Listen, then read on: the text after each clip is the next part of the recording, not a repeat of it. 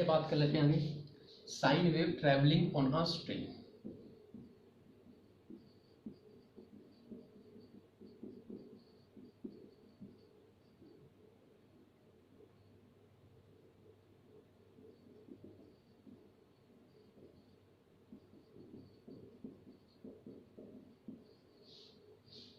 Sine wave travel करती है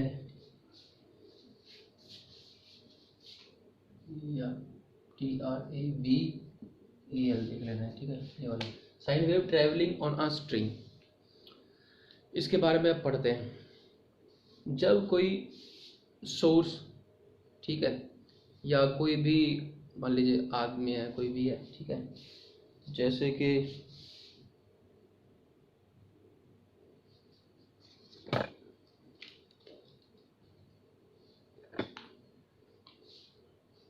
ये मान लीजिए स्ट्रिंग है, ठीक है, ये स्ट्रिंग है, ठीक है। यहाँ से पकड़कर इसको वो ऑसिलेट कराता है, अप एंड डाउन के लिए क्या कराता है, ऑसिलेट कराता है, ठीक है, अप एंड डाउन मोशन कराता है इसको, इस वाले पार्टिकल को यहाँ से पकड़कर अप एंड डाउन मोशन कराता है, और इसके अंदर जो वेव बनती है, ठीक है, वो साइन वेव कहलाती है। कब? जब ये जो फर्स्ट वाला पार्टिकल है ये सिंपल हार्मोनिक मोशन करे। तो सोर्स जब स्ट्रिंग के अंदर सिंपल हार्मोनिक मोशन कराता है स्ट्रिंग के लिए, तो उससे बनने वाली वेव को हम क्या कहते हैं, साइन वेव, उसको हम बोलते हैं। तो देखिए ज़रा, ये मान लीजिए स्ट्रिंग है, इसको हम ऊपर नीचे अप एंड डाउन मोशन कराते हैं, तो इसमें बनने वाली जो वेव होगी वो क्या होगी, साइन वेव, इसको हम बोलेंगे, ठीक है। ओके, ये इसका पॉइंट है जहाँ से ये ओरिजिनेट होती है, at x is equal to 0। हमको पता है भाई y इज अ फंक्शन होता है, इक्वेशन ऑफ वेव क्या है, y x and t is equal to t minus x over v, ठीक है, टाइम आफ्टर डेल t, ये वाला है। अब x की वैल्यू तो होगी 0 इस पॉइंट पर, इस पॉइंट पर x की वैल्यू 0 हो गई, तो y सिर्फ और सिर्फ किसका फंक्शन है, टाइम का फंक्शन है, ये वाला टाइम ही तो है, t minus x over v, जो कि डेल t हमने लिया था, ठीक है भाई। अब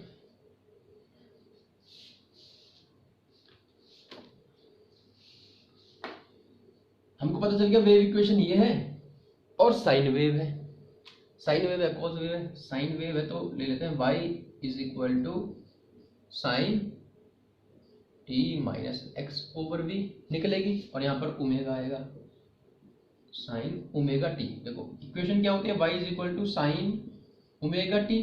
अब टाइम कितना लग रहा है, किसी भी पोजीशन x पर जाने के लिए, मान लीजिए यहाँ पर, यहाँ पर, यहाँ पर, यहाँ पर ओमेगा t, और टाइम कितना है, t minus x over v। तो इसलिए यहाँ पर जो है y is equal to sine omega t minus x over v हमने बता दिया, जो कि पार्टिकल के डिस्प्लेसमेंट को हमको बताएगा किसी पोजीशन x पर। x की वैल्यू यहाँ पर पुट करो, ठीक है, और टाइम t पुट कर दो, तो हमको बता देगा। एक इक्वेशन मैंने और बताई थी, जो जिसमें y is a function of x करके है, y इज अनदर फंक्शन, मतलब कि y is equal to gx, जिसमें सिर्फ और सिर्फ वो कर्व के बारे में बताता है। उस वाली इक्वेशन को हम यहाँ पर यूज कर सकते हैं, लेकिन अभी नहीं कर रहे फिलहाल।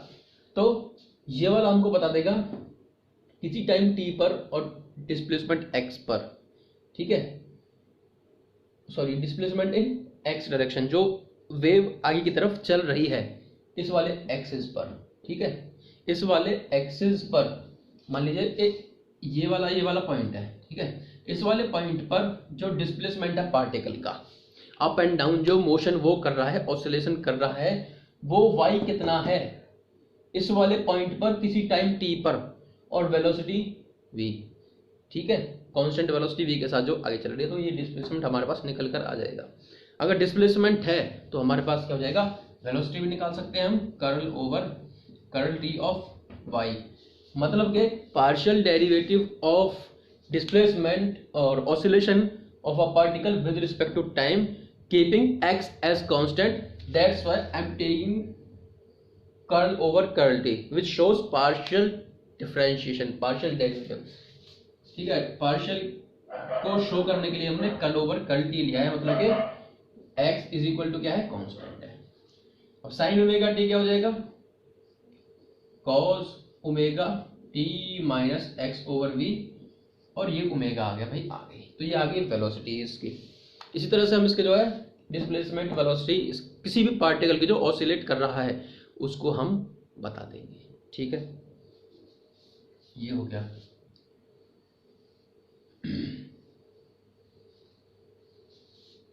अब इसमें हमारे पास एक चीज और निकल कर आती है कि भाई देखो, जैसे मान लीजिए यहाँ पर ये स्ट्रिंग है और यहाँ पर मैं खड़ा हूँ, मैंने इसको ऑसिलेट किया। ठीक है, ऑसिलेट किया मतलब कि ऊपर ले गया, फिर मीन पोजीशन पे लाया, फिर नीचे लाया, और फिर अपनी जो है मीन पोजीशन पर ये आ गया, और इसको टोटल टाइम लगा कैपिटल टी।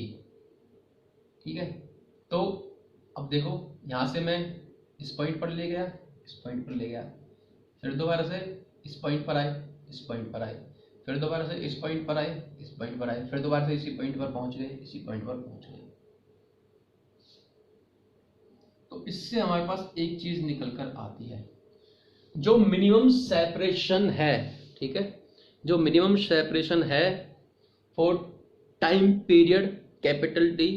ठीक है, उस टाइम के लिए जो डिस्टेंस होगा वो, उसको हम क्या बोलेंगे, उसकी वेवलेंथ। ठीक है, उसको हम क्या बोलेंगे, वेवलेंथ।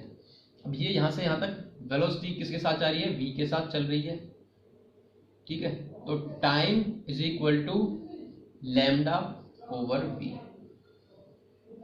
तो इसमें जो टाइम निकल कर आ जाएगा हमारे पास वो हो जाएगा time is equal to lambda over v, और lambda is equal to t we.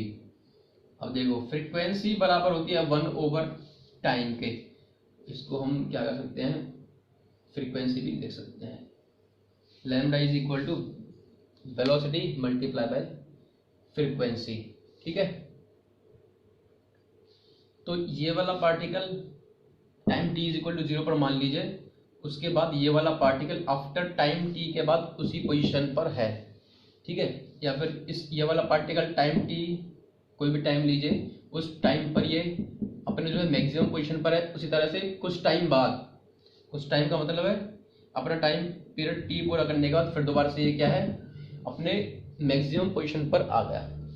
तो टाइम पीरियड, ठीक है, एक जो टाइम पीरियड होता है, डिले ऑफ 1 टाइम पीरियड। ठीक है, delay after delay of 1 time period, 2 particles, we can say that 2 particles are not in a phase difference। मतलब कि जो फेज इसका होगा वही फेज इसका होगा आफ्टर टाइम t, जो कि उसका पीरियोडिक टाइम है। उसके बाद इसमें क्या होगा, कोई भी जो है फेज डिफरेंस नहीं होगा।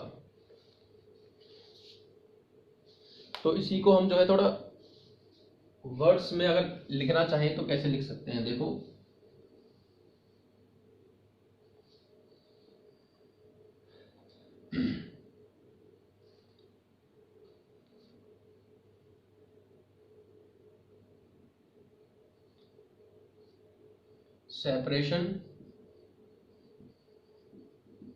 separation of no phase difference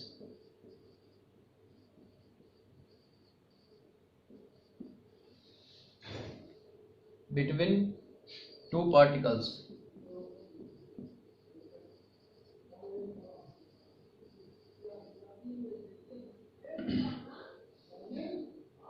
are called wavelength।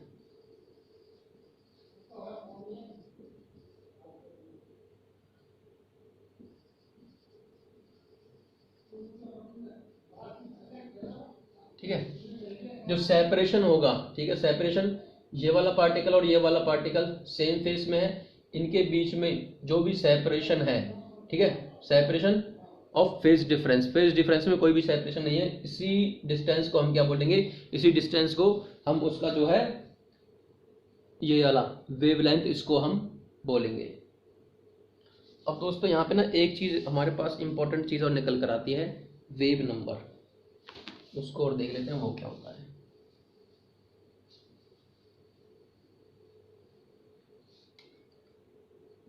Time period is equal to 2 pi over omega होता है, या फिर omega is equal to 2 pi over t. चलो ऐसे लिखता हूँ मैं, omega is equal to 2 pi over t किसके बराबर होती है, एंगुलर फ्रीक्वेंसी के बराबर। टी को यहाँ पर लिख सकते हैं हम, चलो यहाँ पर टी ही रहने दो, ठीक है। अब हमने टाइम बराबर निकाला ओवर वेलोसिटी ऑफ वेव के, चलो वेलोसिटी रहने दो इसको भी, ठीक है। तो time is equal to lambda over v, lambda यहीं पर रहने दो, वी को यहाँ पर ले जाओ। ओमेगा इज इक्वल टू ये वाली चीज जिसको हम लिख देंगे के multiply by v, so k is equal to omega over v. K क्या है यहाँ पर, वेव नंबर। ये चीज हमारे पास जो है एक चीज निकल कर आती है, वेव नंबर, जो कि रेशियो होता है एंगुलर फ्रीक्वेंसी का divide by velocity of wave. तो यही चीज हमारे पास थी, sine wave travelling on a string. तो जो आने वाली जो इक्वेशन अब आगे जो हम लिखेंगे, हमको पता है y is equal to a sine t minus x over v होता है ना, ठीक है। और यहाँ पर ओमेगा है, तो y is equal to a sine omega को अंदर ले जाओ, omega t minus omega x over v. और देखो ओमेगा ओवर वी किसके बराबर है, के। तो ये वेव जो किस डायरेक्शन में जा रही है, पॉजिटिव एक्स डायरेक्शन में जा रही है। उस तरह से भी लिख सकते हैं, इस तरह से भी लिख सकते हैं। तो अब जो नेक्स्ट आगे हम पढ़ेंगे उन सभी में जो सुपरपोजिशन के बारे में हम बात करेंगे, उसमें जो इक्वेशन हम लेंगे वो उसको हम इसी फॉर्म में जो है यूज़ करेंगे।